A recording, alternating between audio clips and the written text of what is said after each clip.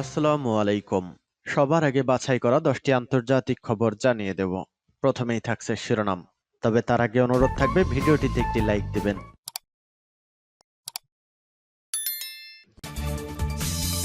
জানিয়ে দিব হাতে থাকা সর্বশেষ আপডেট আন্তর্জাতিক সংবাদ। প্রথমেই সংবাদ শিরোনাম, ইরান ও সৌদি আরব সম্পর্ক এখন কোন দিকে। এরপর জানিয়ে দিব ট্রাম্প প্রশাসনের যে আচরণে দিশেহারা ন্যাটো। এদিকে যে বর্ণনা দিলেন যুক্তরাষ্ট্র থেকে ফেরত পাঠানো ভারতীয়রা। এরপর জানিয়ে দিব জাপান সাগরে রুশ নৌবাহিনীর সামরিক মহড়া। আরও জানিয়ে দিব তাইওয়ান প্রণালীতে কানাডার যুদ্ধজাহাজ, ক্ষুব্ধ চীন।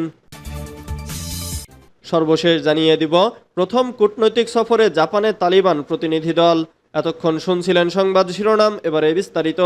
তবে অনুরোধ থাকবে ভিডিওটিতে একটি লাইক করবেন এবং কমেন্ট করে জানিয়ে দিবেন কোন জেলা থেকে আপনি আমাদের এই ভিডিওটি দেখছেন। ইরান সৌদি আরব সম্পর্ক এখন কোন দিকে। 2016 সালে কূটনৈতিক সম্পর্ক ছিন্ন হওয়ার পর 2023 সালের মার্চে ইরান ও সৌদি আরব তাদের সম্পর্ক পুনর্স্থাপন করতে সম্মত হয়।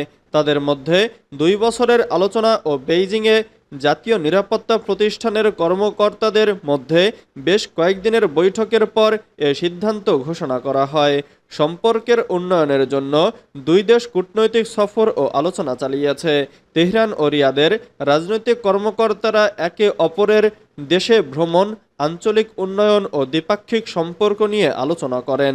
ভারতীয় থিঙ্ক ট্যাঙ্ক নাজার রিসার্চ ফাউন্ডেশন এ সম্পর্কের উন্নয়নকে মধ্যপ্রাচ্যের একটি গুরুত্বপূর্ণ ঘটনা হিসেবে দেখছে এবং বিশ্বাস করে ইরান ও সৌদি আরবের সম্পর্ক এত জটিল যে এটি স্বল্পমেয়াদী কৌশল হতে পারে না, বরং দীর্ঘমেয়াদী একটি কৌশল হতে হবে।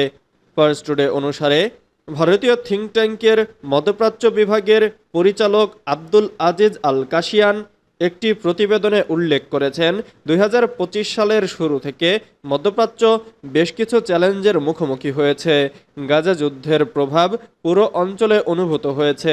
ইসরায়েলি হামলার ফলে লেবানন ব্যাপক ক্ষতির সম্মুখীন হয়েছে। সিরিয়ার পরিস্থিতি নতুন এক যুগে প্রবেশ করেছে, যা নিয়ে অনেকটা অনিশ্চয়তা রয়েছে। ট্রাম্প প্রশাসনের যে আচরণে দিশেহারা ন্যাটো। গত 20 জানুয়ারি দ্বিতীয় মেয়াদে যুক্তরাষ্ট্রের মসনদে ফেরেন ডোনাল্ড ট্রাম্প। ওই দিন শপথের পর হোয়াইট হাউসে বসে নির্বাহী আদেশের ঝড় তোলেন তিনি।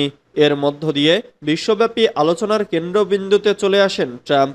এর কয়েকদিনের মধ্যেই ফিলিস্তিনের গাজা নিয়ে এ মন্তব্যের কারণে সারা বিশ্বে ব্যাপক সমালোচনার মধ্যে পড়েছেন ট্রাম্প। তিনি বলেছেন, গাজাবাসীকে অন্যত্র সরিয়ে নিয়ে ওই উপত্যকা দখল করে নেবেন। এবার ইউক্রেন যুদ্ধ নিয়ে নতুন করে আলোচনার জন্ম দিয়েছেন ট্রাম্প প্রশাসন। তা হলো ইউক্রেন রাশিয়া শান্তি চুক্তির আলোচনায় ইউরোপকে বাদ দেওয়া। 12 ফেব্রুয়ারি ইউরোপের দেশ বেলজিয়ামের ব্রাসেলসে ন্যাটোর সদর দফতরে একটি বৈঠক অনুষ্ঠিত হয়। কাগজে কলমে ওই বৈঠকের মূল উদ্দেশ্য ছিল ইউক্রেনের জন্য সামরিক সহায়তা এবং নতুন মার্কিন প্রতিরক্ষামন্ত্রী পিট হেগসেথকে আন্তর্জাতিক অঙ্গনে স্বাগত জানানো। কিন্তু বাস্তবে এটি ছিল এমন একটি দিন যখন ট্রাম্প প্রশাসন প্রায় 3 বছর চলা রাশিয়া ইউক্রেন যুদ্ধের প্রতি ন্যাটোর দৃষ্টিভঙ্গিকে পুরোপুরিভাবে উল্টে দিয়েছিল। ট্রাম্প প্রশাসন এমন একটি দৃষ্টিভঙ্গি সামনে এনেছে যা মস্কোর কিছু গুরুত্বপূর্ণ দাবির পক্ষে যাবে বলেই মনে করা হচ্ছে। যে বর্ণনা দিলেন যুক্তরাষ্ট্র থেকে ফেরত পাঠানো ভারতীয়রা। ডোনাল্ড ট্রাম্প যুক্তরাষ্ট্রের প্রেসিডেন্ট পদে বসার পর থেকেই শুরু হয়েছে দেশ থেকে অবৈধ অভিবাসী বিতাড়ন। গত 5 ফেব্রুয়ারি থেকে এখন পর্যন্ত অবৈধ অভিবাসী ভারতীয়দের নিয়ে আমেরিকার 3টি বিমান ভারতে এসেছে।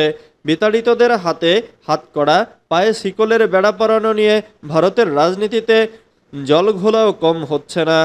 সেই আবহেই এবার দেশে ফেরা এক শিখ ধর্মাবলম্বী ব্যক্তি শোনালেন মার্কিন বন্দি শিবিরে কাটানো ভয়াবহ দিনগুলোর কথা। জানালেন দীর্ঘ দিন মেলেনি পর্যাপ্ত খাবার ও পানি, এমনকি এক পর্যায়ে মাথা থেকে টেনে খুলে নিয়ে তার পাগড়িটাও ফেলে দেওয়া হয়েছিল ডাস্টবিনে। জাপান সাগরের রুশ নৌবাহিনীর সামরিক মহড়া। জাপান সাগরে সামরিক মহড়া চালিয়েছে রাশিয়ার নৌবাহিনী। মস্কোর এই মহড়ায় অংশ নিয়েছে দেশটির নৌবাহিনীর বিশালাকার যুদ্ধজাহাজ অ্যাডমিরাল নেভেরস্কয়। এর মাধ্যমে জাপান সাগরে আর্টিলারি ফায়ারিং মহড়া চালিয়েছে মস্কো।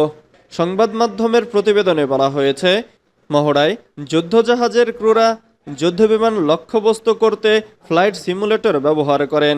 এছাড়া ছোট ছোট লক্ষ্যবস্তুকে ধ্বংস করতে তারা মেশিনগান ব্যবহার করে মহড়া চালিয়েছে। রুশ প্রশান্ত মহাসাগরীয় নৌবহরের পরিকল্পিত যুদ্ধের প্রশিক্ষণ হিসেবে এই মহড়া পরিচালিত হয়েছে বলে প্রতিবেদনে দাবি করা হয়। তাইওয়ান প্রণালীতে কানাডার যুদ্ধজাহাজ ক্ষুব্ধ চীন। মার্কিন নৌবাহিনীর জাহাজের পর এবার তাইওয়ান প্রণালী অতিক্রম করেছে কানাডিয়ান যুদ্ধজাহাজ। এর নিন্দা জানিয়ে চীনা সামরিক বাহিনী বলেছে তাদের বিমান ও নৌবাহিনী জাহাজটির ওপর নজরদারি করছে এবং সতর্ক করেছে।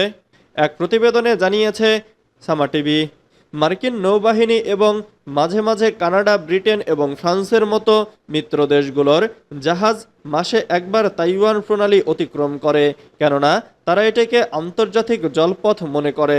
তাইওয়ানও এটিকে আন্তর্জাতিক জলপথ বলে মনে করে, কিন্তু চীন তাইওয়ানকে নিজস্ব অঞ্চল বলে দাবি করে। তাই তাদের মতে কৌশলগত জলপথটি তাদের। পিপলস লিবারেশন আর্মির ইস্টার্ন থিয়েটার কমান্ড এক বিবৃতিতে বলেছে, কানাডার পদক্ষেপ ইচ্ছাকৃতভাবে ঝামেলা সৃষ্টি করেছে এবং প্রণালীতে শান্তি ও স্থিতিশীলতাকে ক্ষুণ্ণ করেছে। বিবৃতিতে আরও বলা হয়েছে, থিয়েটার বাহিনী সবসময় উচ্চ স্তরের সতর্কতা বজায় রাখে এবং দৃঢ়ভাবে সমস্ত হুমকি এবং উস্কানি মোকাবেলা করে। এ বিষয়ে তাৎক্ষণিকভাবে কোনো মন্তব্য করতে রাজি হয়নি কানাডীয় সামরিক বাহিনী। চীন এবং তাইওয়ান উভয় সরকারই জাহাজটিকে অটোয়ার জাহাজ বলে চিহ্নিত করেছে। রোববার 16 ফেব্রুয়ারি তাইওয়ানের প্রতিরক্ষা মন্ত্রণালয় জানিয়েছে জাহাজটি উত্তরের দিকে যাত্রা করেছিল ও তাইওয়ানের বাহিনীও নজরদারি চালিয়েছিল। প্রথম কূটনৈতিক সফরে জাপানে তালিবান প্রতিনিধি দল। জাপান সফরে আফগানিস্তানের শাসক গোষ্ঠী তালিবানের একটি প্রতিনিধি দল। জাপানে এটি তাদের প্রথম সফর। সোমবার কাতার ভিত্তিক গণমাধ্যম আল জাজিরা এক প্রতিবেদনে এ তথ্য জানিয়েছে। জাপানি গণমাধ্যমের বরাতে আল জাজিরা জানিয়েছে, পররাষ্ট্র, শিক্ষা, অর্থনীতি এবং স্বাস্থ্য কর্মকর্তাদের সমন্বয়ে গঠিত প্রতিনিধি দলটি এক সপ্তাহব্যাপী সফরে রবিবার জাপানে পৌঁছেছে। 2021 সালে ক্ষমতা পুনরুদ্ধারের পর থেকে তালিবানের কূটনৈতিক সফর মূলত আফগানিস্তানের আশেপাশের অঞ্চলেই সীমাবদ্ধ ছিল। জাপানের মতো দেশে তাদের এমন সফর বিরল ঘটনা। তালিবান প্রতিনিধিরা জাপানি কর্মকর্তাদের সঙ্গে মানবিক সহায়তা চাওয়ার পাশাপাশি সম্ভাব্য কূটনৈতিক সম্পর্ক নিয়ে আলোচনা করতে পারেন বলে আশা করা হচ্ছে। আফগানিস্তানের ক্ষমতায় বসার পর তালিবান বিভিন্ন আন্তর্জাতিক সম্প্রদায়ের সক্রিয় সদস্য হওয়ার প্রচেষ্টা চালাচ্ছে। তালিবানের অর্থ মন্ত্রণালয়ের উপমন্ত্রী লতিফ নজরি এই সফরকে সেই প্রচেষ্টার অংশ হিসেবে বর্ণনা করেছেন।